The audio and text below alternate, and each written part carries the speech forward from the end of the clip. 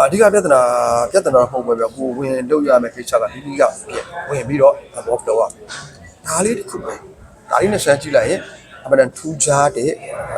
ပုံစံပေါ့ဗျာထူးခြားတဲ့ပြောင်းလဲမှုပေါ့ဗျာအဲ့ဒါလေးကိုတွေ့ရမှာပေါ့ဗျာအဲ့တော့နောက်ဆုံးချက်တယ်တုံးနေကနောက်ဆုံးချက်လေးချက်ပြောင်းနော်ဒီကကြည့်လိုက် stop eating snacks လုံးလုံးရက်လိုက်တော့ဒါရည်ဝါလေးစားရတဲ့ကျွကျွရလေးစားရတဲ့ကျွငါ့မို့ကြော်တယ်အလူကြော်လေးဟိုမလိုက်လေးဟိုချိုလေးဒီချိုလေးတွေ့သမျှဟိုမကြော်လေးဖေးမချော်လေးဘစ်ကွတ်လေးဘာမှတော့ဖြစ်ပါဘူးဒါလေးကဟိုလေးကစားရတဲ့ပြင်ပေါ့နော်တွေ့တဲ့အရာလေးကောက်စားတယ် snack အချက်ပေါ့အထူးသဖြင့်ဘာလဲဆိုတော့ကိုစိတ်ဝင်စားရာအလုပ်တစ်ခုကိုလုပ်နေတာပေါ့ဗျာအထူးသဖြင့် TV series တွေပိုင်းကြည့်ပေါ့ဗျာညာဘက်ပေါ့ဗျာအဓိကတော့ဖြစ်တတ်တာပါမြေသမီးကပို့ပြီးတော့ဖြစ်တတ်တယ်ဗျာအဲ့လိုပဲဒါ watching time ပဲ entertainment ပဲလို့ပြောပြီးတော့ဒီမှာစားကြရတဲ့ကိုလုံးပုံချရမယ်ပြီးဓာတ်လေးတစ်ခုချင်းစားမယ်အချို့ဆိုရင်ဗျာဟိုတွဲပြီးတော့လုပ်တယ်ပေါ့ဗျာမှာချိုရည်နဲ့အာလူးကြော်နဲ့ချိုရည်နဲ့တွဲပြီးတော့လုပ်တာမျိုးအဲ့လိုအချိန်မျိုးပေါ့ဗျာများသွားတယ်လုပ်တတ်ကြတာလေးပေါ့အမားလေးတွေပေါ့ဗျာဟဲ့အမားလေးတွေပေါ့ဆိုရင် resistant လမ်းကြောင်းပုံဥတီစီတဲ့လုပ်ရလေးတွေပေါ့ဆိုတော့ဒီလုပ်ရက်ကိုလည်းရက်ကိုရက်ပြမယ်ကြည့်တော့ဒီနေ့အာရောကြက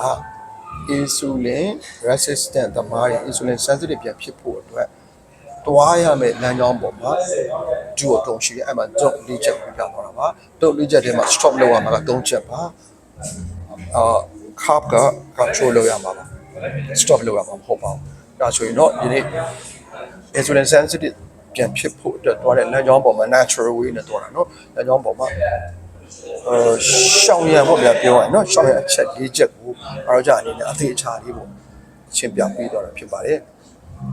လိုက်ပါကျေးဇူးလို့အားလုံးကိုကြောက်ကြဆိုသူပဲကျေးဇူးတင်ပါတယ်ကျွန်တော်ဦးထွန်းမြင့်ပါရောကြအဖွဲ့အစည်းက HG officer တယောက်ဖြစ်ပါတယ်ဗျာရောကြတော့အမြဲတမ်းပဲအားလုံးသိကြတဲ့အတိုင်းပဲ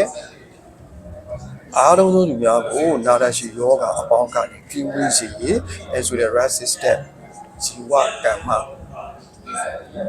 ဖြစ်စေယောဂပေါင်းစုကိုခေါ်အောင်ဗျာဒီအကြောင်းအရာဒီကင်းဝေးနေနိုင်ဖို့မိသားစုတွေအားလုံးကိုစိတ်ကူရတယ်ဆိုတဲ့နှုံထဲမှာမနစ်ဖို့မြဲတဲ့အကြံပေးနေတဲ့အဖွဲ့အစည်းဖြစ်ပါတယ်။ကဲ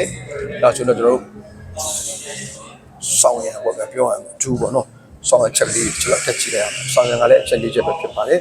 ။ဆောင်းရံအချက်၄ချက်ရဲ့နံပါတ်1ချက်ကိုကြည့်ပါ eat more protein ပါတော့ရှော့လုံးများ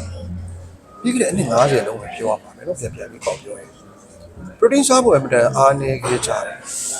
protein စားဖို့အကြောင်းအရာကိုလည်းအချောင်းပြူနဲ့ဟန်ထားကြတာတွေ့ရတယ်ကာဘိုပဲစားဖို့ပြောကြတယ်အားလုံးလည်းအလွယ်တကူနားလည်ပါပါဟင်းလေးတစ်ဖက်နဲ့ဖက်နဲ့ထမင်းကြီးစလုံးအပြည့်နဲ့ဒီလိုနေလာခဲ့တာနှစ်50ဒီအားလုံး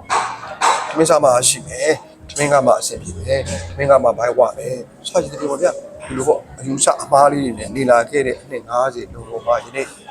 မြင်ရတွေ့ရတယ်တက်ရောက်လာတဲ့အကြောင်းပေါ့ဗျာအားလုံးလည်းသိတာပဲဘာတွေဖြစ်လာလဲဆိုတာဒီတိုင်းဒီပါဆိုရင် resistant တွေဖြစ်ကုန်ရတယ်ဒါကြောင့် protein ကိုစားပေးပါ